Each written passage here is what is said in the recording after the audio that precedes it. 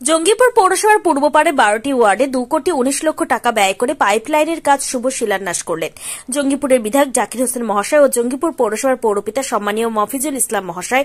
উপস্থিত ছিলেন ব্লক সভাপতি গৌতম ঘোষ মহাশয়, উপপৌরপিতা সন্তোষ চৌধুরী মহাশয়, বিরোধী দলনেতা সুবীর রায়, একগুচ্ছ কাউন্সিলরগণ ও এলাকার বিশিষ্ট ব্যক্তিবর্গ। জঙ্গিপুর থেকে তরিকুল শেখের রিপোর্ট, জঙ্গিপুর টিভি।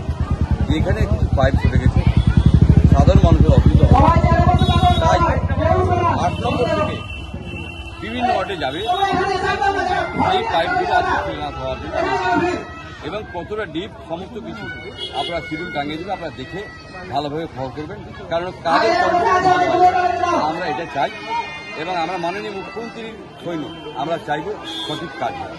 দুর্নীতি হয়েছে, যে দুর্নীতি হয়েছে যদি হয়ে থাকে অবশ্যই ব্যবস্থা হবে।